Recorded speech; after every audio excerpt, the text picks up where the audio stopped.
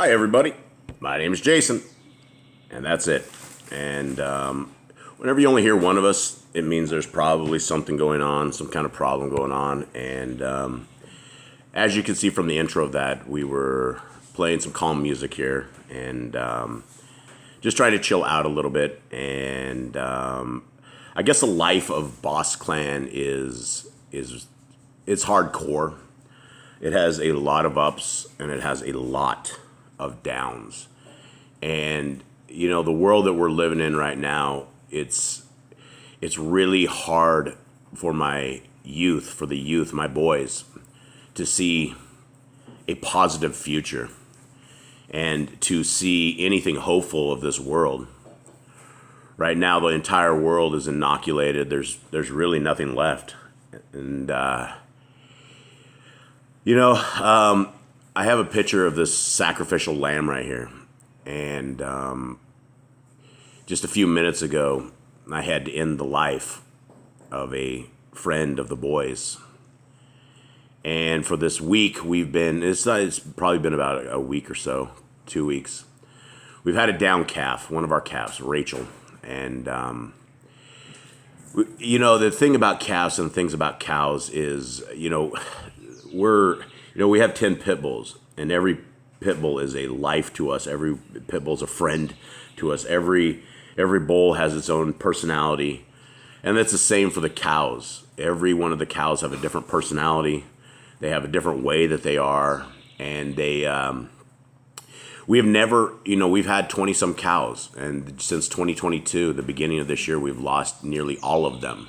Almost every single one of them are gone, and it is something we don't eat, the meat. We would probably eat the meat if we could catch them before they ended up like completely collapsing.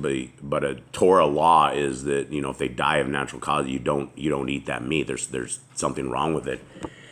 And so we befriend these animals, we befriend the cows, and the boys did everything possible. We were going out 2 or 3 times a day, lifting her up, walking with her. It took two boys, and we're just cutting enormous amounts of grass here and delivering it to her to feed her. And last night, it seemed like she was getting a little better, but that it seems to be what happens when they're just about to die. And I don't know if this is with humans along with this, but I could tell you from cows that they look like they're about to recover, like life goes right back into them, and then the next day they can't even hold their head up. And this morning we went out there, and our baby cow, she was moaning, and she was incoherent. She didn't even know the kids were there. And these guys have sat beside her for days on end and loved her and prayed beside her. And it's hard. It is very hard.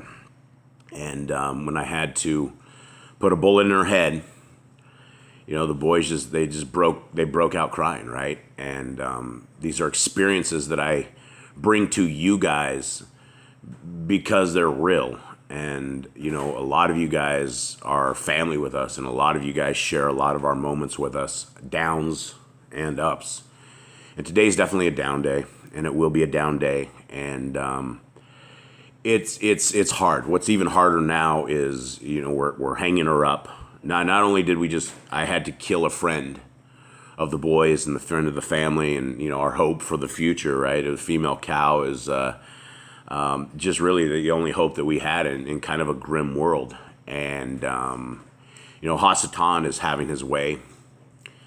And he's always doing this to us. And like I've talked earlier in this week about unclean spirits and the darkness and the different things that come across, it would be a surprise, but we read in the book of Revelation how that Satan hates Torah keepers, how everything, he is totally against everything with Torah keepers, because if you're following the laws, statutes, and commands of our Creator, it's 1,000% opposite of what Satan wants you to do.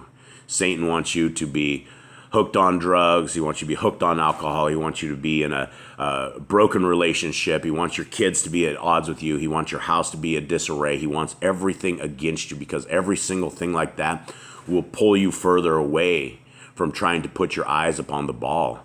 And the ball is the kingdom to come. And that is what I try to tell my youth, and this is what I try to convince myself of, is that this world is gone. This world is passing away. And I'm actually trying to keep this together here. This world is passing away. And the only world that we do have is the kingdom to come. And so we have to be strong. And sometimes we have to sacrifice those that we love in order to put them out of their pain and out of their misery. But it's hard. And it's very hard. It's hard to continue on. But guys, I share this with you not to feel sorry for Boss Clan. There's no reason to ever feel sorry for Boss Clan. Boss Clan is tough. All my people are tough. We go through ups and we go through the downs. And today is definitely a down. So let's get into this, and let's get into a little bit of teaching of, not even teaching, just reading of the Torah and where we are at. We started up in Leviticus 1 yesterday, and it's real interesting, right? Because this is the thumbnail that I had for Leviticus 1, and it was a sacrificial lamb. And, you know, when we are dealing with a sacrifice, when we are taking an innocent animal, and I believe that back in the days they just cut his throat, right? Supposedly it's they had a way that the animal, they were the perfect killers, I guess, that they were able to calm the animal down and cut the throat without the animal even knowing it was starting to bleed out. I don't know how that is even possible. But when we understand that the sacrifice of a precious animal is what is atonement for our sins, then we would probably not want to keep sacrificing this animal over and over and over. Same way, we did not want to keep sacrificing our Messiah Yahushua over and over and over. He paid the price, the price that is to free us from the curse of the breaking the laws of the Torah.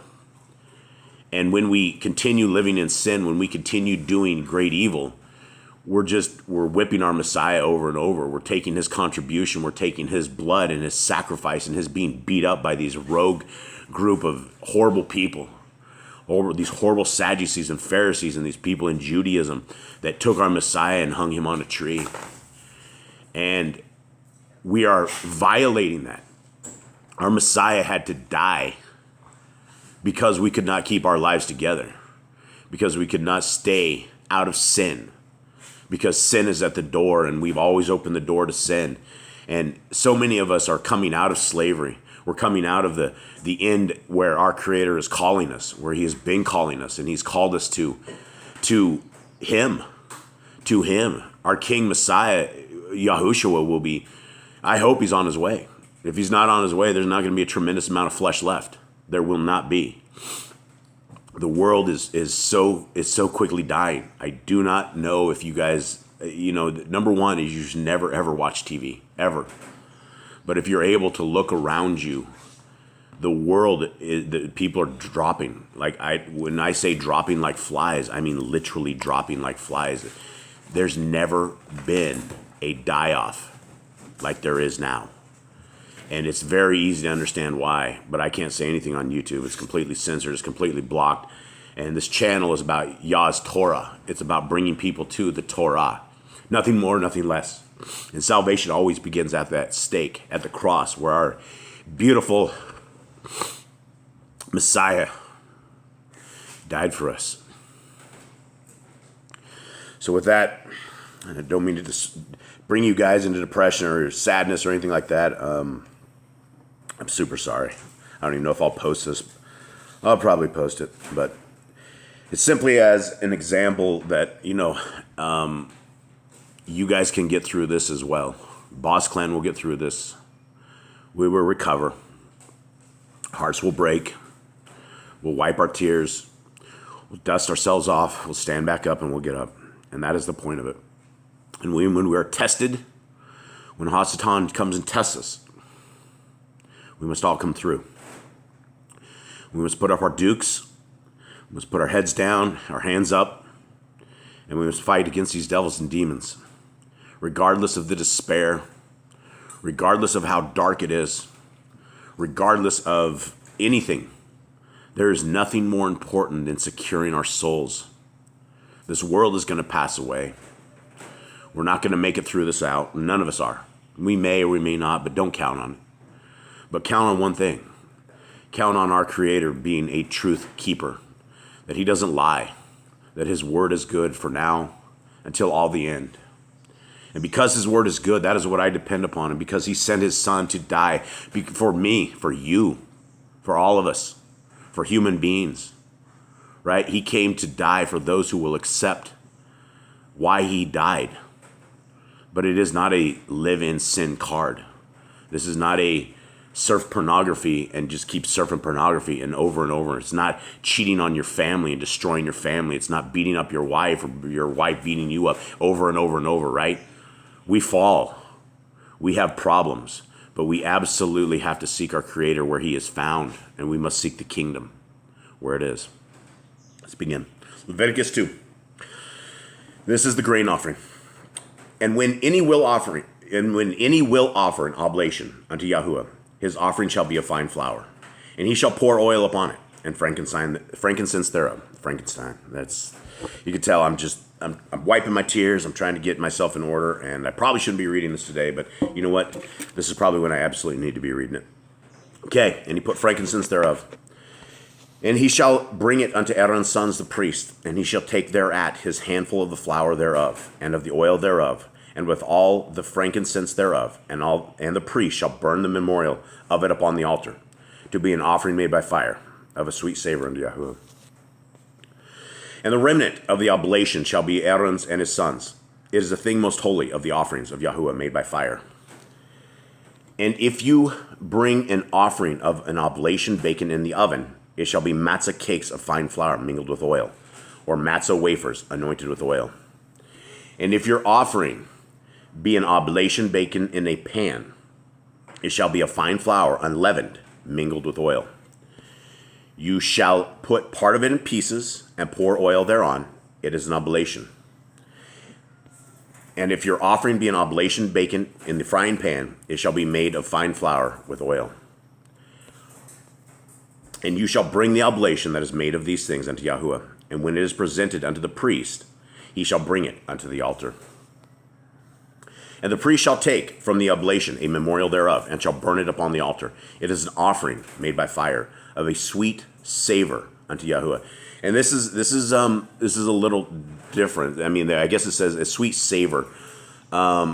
It's talking about the aroma, and I've talked about this. I've mentioned this before, that these monsters that have us believing that we're on a spinning ball flying through space, and there's millions of galaxies and millions of life forms and all this kind of stuff, right? That is people that are pushing us away from our Creator, who is literally probably right above us. I mean, if the earth is his footstool, he's probably right above us looking in, and he built the most perfect place that we could ever dwell. It's a paradise, right?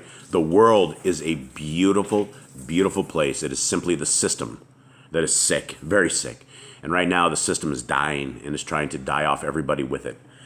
So it is, this is what he was doing, right? He was trying to Yah was trying to get a little bit of relief from all the great evil people were doing. And how does he get relief? It's like scented oils, or what are those oils called, Nicole?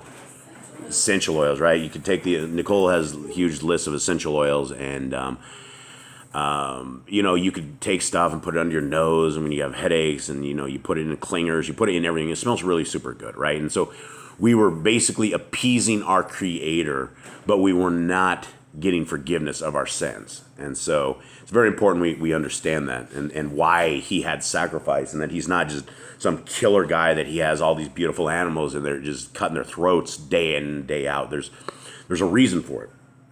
And Yah has his reasons.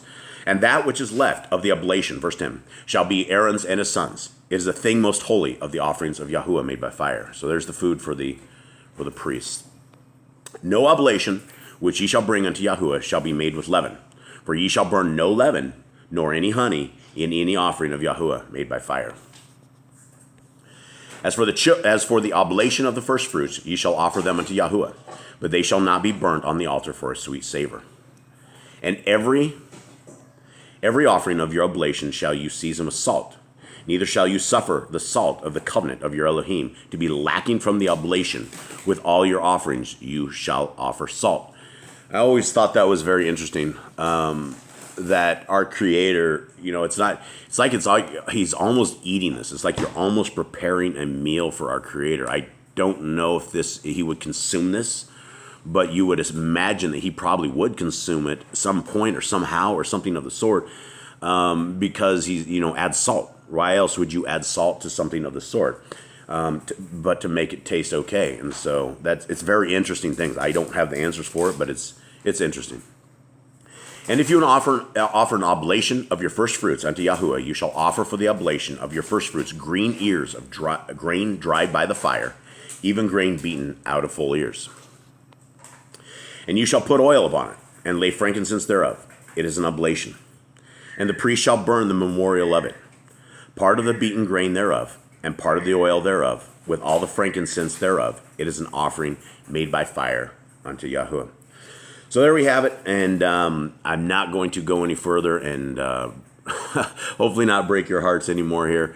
Much love to everybody out there. We have the best family here on this channel. We have a tremendous amount of subscribers, but there's only a small amount of family. All the subscribers are here for the praise and worship music, the feel-good music, and the other day I was mentioning that we get 1,000 subscribers a month, and then we lose immediately 250. I think we actually lose over half of that. So Yah sends, and this is the power of Yah, right? This is the way that Yah works in mysterious ways. Years ago, I put up a Hebrew praise and worship music, which is really good. I really enjoy it. It's just peaceful. It's beautiful music. And it took off. And so this month, we had 1,300 new subs. But we're only counting up, we only get 500 of those, and most of the people disappear after time. But that is the crazy thing about this channel is we don't care about subs. We don't care about anything. The people that we care about are our little families here. It's the Carlas, the Clarissas, and the Grand, and Ancient Path Remnant, and it's the people that we speak with on a day-to-day basis, and everybody's our family, but I consider you guys our immediate family. You guys have been there with us. You've been around for us. You guys consult us when we're down. You pray for us when we're broken, and we love you guys. And so this is what the family of Yah is about. It's about support, and it doesn't matter the distance. I think Carla is the one that said that. It doesn't matter about distance. Family's family, and you guys are all our family, and we appreciate this. I appreciate your time. I'm sure Yah appreciates the time, spend a little bit of time in His Word. And I encourage you guys, don't let this be your only reading of the Torah. Don't let this be the only reading of your scriptures in the day, right? This is just a precursor here. It's just it's a start, right? It's a good start. And, there's so many different wonderful books in the scriptures that you can get into. And when you start reading it, some like Leviticus, it's kind of sketchy. There's some books that are in the Torah that are dry, and you don't understand it. They're building the temple. You don't get it. But if we lived back in those times, in those days when we got instructions from our Creator on how to build His temple, we would be doing silly little backflips. We would be like, wow, our Creator's going to come to dwell with us. This is what He wants. This is His designs. And now I guess it's even better because we have Messiah Yahushua, and that is our King, and that is who is going to defeat all of this great evil that is upon this world. And when He comes, these demons and these Satanists have no hope. Right? There is absolutely no hope. We have an entire world that is turned anti-Christ, an anti-God world that we are in right now. And Messiah Yahushua is going to destroy them. He is going to hurt them, and we are going to reign with Him. And we have to hold out to the end. And whether the end is when we sleep with our Messiah and we die in this physical world, when they come and put us in little camps and cut off our heads, or when we don't take what it is they're offering, that is where we must hold to the end. And we must have this courage, and we can never, ever give up. The kingdom road is going to be better. The kingdom way is the better way. It does get better, and I know it will. And I wish you guys the most love, big hugs, and I hope you guys have a wonderful day. And we will see you guys on Shabbat, where we will be doing a Shabbat reading, which looks like Leviticus 3. Maybe we'll do Leviticus 4 or 5. Maybe we'll read a little bit more into it and just spend a little more time, because it's just been a tragedy of a week. So with that, I thank you guys. I love you guys. Much love to you. May Yah bless you and keep you. May his light and his eyes shine upon you. May you forever be in his hands and grip and never be away from the hands of our Creator. Much love, guys. I'm out.